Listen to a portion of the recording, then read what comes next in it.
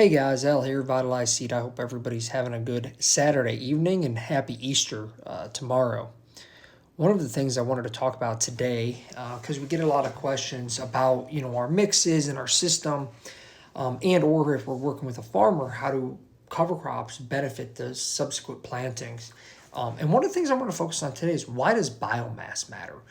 As always, I really enjoy being able to use this green screen feature, to highlight from those who have done a lot more research and a lot smarter than myself on these particular topics so that the listeners and the viewers and the customers realize that I'm not just blowing smoke to make something sound good, but I'm actually using scientific research backed by our own research and things of that nature.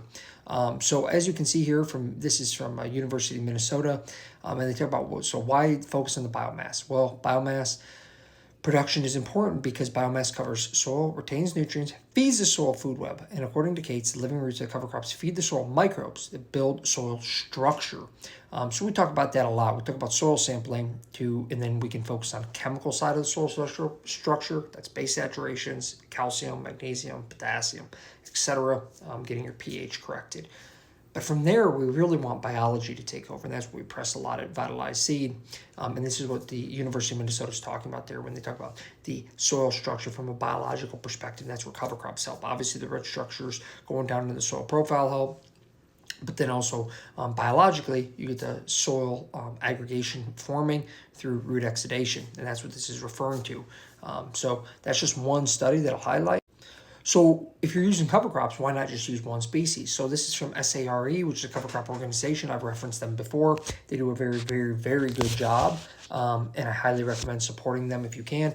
And they talk about, although seeding them in management of cover crop or mixes or cocktails can become complicated, and that's something we talk about a lot, managing those ratios and things.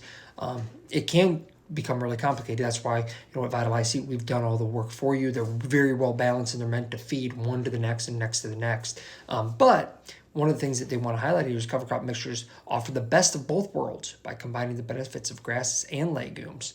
And of course, then you're also benefiting a variety of microbial systems by having a wide variety of root exudation, root structures, compaction, breaking up, etc.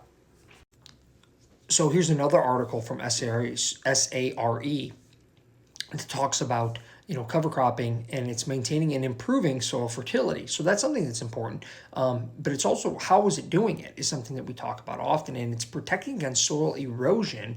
Obviously, that makes sense if you're leaving a soil after tillage fallowed and it was just sitting on top, dust, wind, etc. Erosion would occur. I mean, I think we've all seen that before.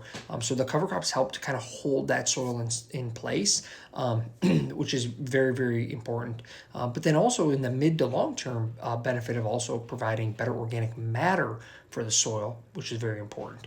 They also contribute indirectly to overall soil fertility and health by catching nutrients before they can leach out of the system. Again, something we talk about a lot at Vitalize Seed. Why are we not just selling legumes in the spring, solely legumes, and then of course heavy grains in the fall?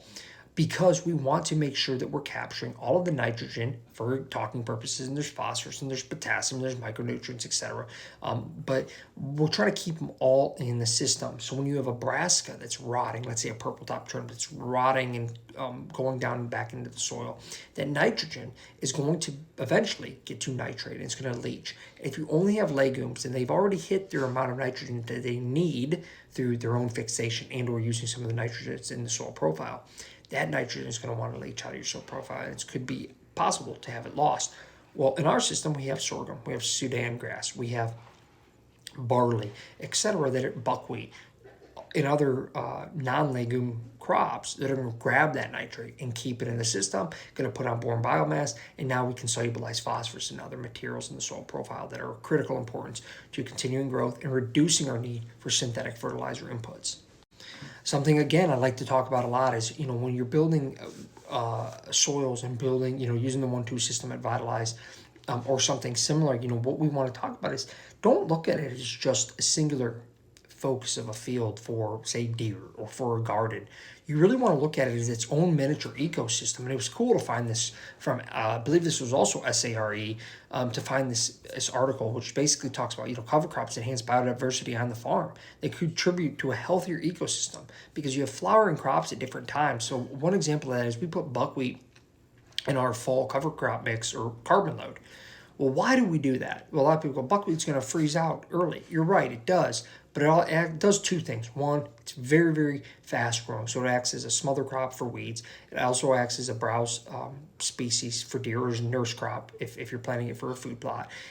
For the ones that do flower quickly, it acts as a really good pollinator species for bees and other pollinators that are running out of those as you're going into the fall, right? So a lot of flowers are already off at that point. So by adding that buckwheat, it's a quick growing species that has benefit to not only the soil, but also to the surrounding ecosystem. So that's another benefit of cover crops and how that can work. And that's why we've done that with our carbon load. Every single species in that mix and in our nitro boost has been critically analyzed to make sure that we're getting the most out of not only the soils and the wildlife, but all other species, or in the deer, but all other species that are involved in the ecosystem. Again, here's another article talking about the importance of cover crops, so the nitro boost and the carbon load, having that diversity. But why is that important? So whether you're using synthetic fertilizers or not, your nutrients are going to be mobile in some fit form or fashion depending on the nutrient. So by having this diversity, you talked about cover crops are able to access soluble nutrients. So those nutrients that are becoming solubilized, let's say phosphorus, that's immobile, you're able to take that up, put it into plant form. Then you're terminating that plant because now it's in a plant species, and then it's going to then go back into the soil where the next plant can bring it up, right? So maybe it was bound up to, say, aluminum or something in the soil previously, and it really needed root exudates to make it more plant available. It became plant available, it was in the plant, and now it's going to be more available for the next plant after decomposition. Might take a little bit of time, but in a good, healthy system, that's much more sustainable than simply, especially in no-till, than just dumping synthetic phosphorus on top. And to back this up, this is actually scientific direct, I believe. But basically, the study demonstrated that cover crop residues may contribute to the pea nutrition of the subsequent crop, and in some cases, substantially, which is really, really interesting. So they did a whole bunch of study and compared to synthetic pea inputs and I think it was no-till cover crop inputs on this study, and talked about carbon to phosphorus ratios. And basically what it comes down to is that if you have your right we call it carbon and nitrogen ratio, but the ability for the plants to break down and cycle those nutrients. So if you have good nutrient cycling, that you're able to impact the next crop in cases based on the scientific research substantially with phosphorus availability due to crop residue breakdown or nutrient cycling. So something to keep in mind as to how those nutrients can move from one planting to the next, or from the soil to the plant to the next planting. And that's really what we're trying to achieve at Vitalized Seed and have great success doing so. So again, why would you consider Vitalized Seed in our system? Well, we want to create biomass, and here's just a couple quick examples of some of the biomass. Again, this is in mid-July, so we had about a month of growing left. And as you can see, we're putting on a lot of biomass in our spring planting, but it's not just legumes. Obviously, we call it Nitro Boost. It is balanced to have a little bit lower carbon to nitrogen ratio, but we also are focusing on major biomass to help smother weeds and also contribute to affecting the next planting, which is the carbon load, the money planting for most of the food plot guys, so that we can reduce inputs and grow really, really good quality food plots.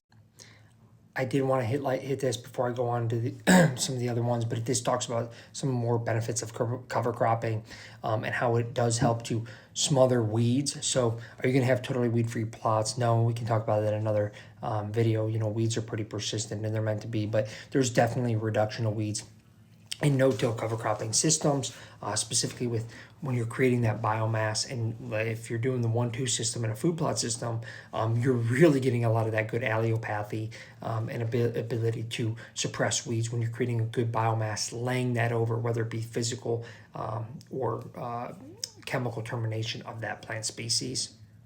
again, here's just another idea of some of the biomass that Nitro Boost is going to put on. You can see sorghum, you can see sun hemp. Obviously, down below, there's a ton of legumes. All through there, you can see some buckwheat flowers. There's a bunch of clover underneath this as well. So we're fixing tons of nitrogen, but we're also putting on that above ground biomass that's going to then break down and feed that crop species short term with some of the lower carbon nitrogen plants, and then longer term with some of our higher carbon nitrogen plants. So if you all like this information, please check us out at vitalizeseed.com. And thanks for following along. Be safe. Happy Easter.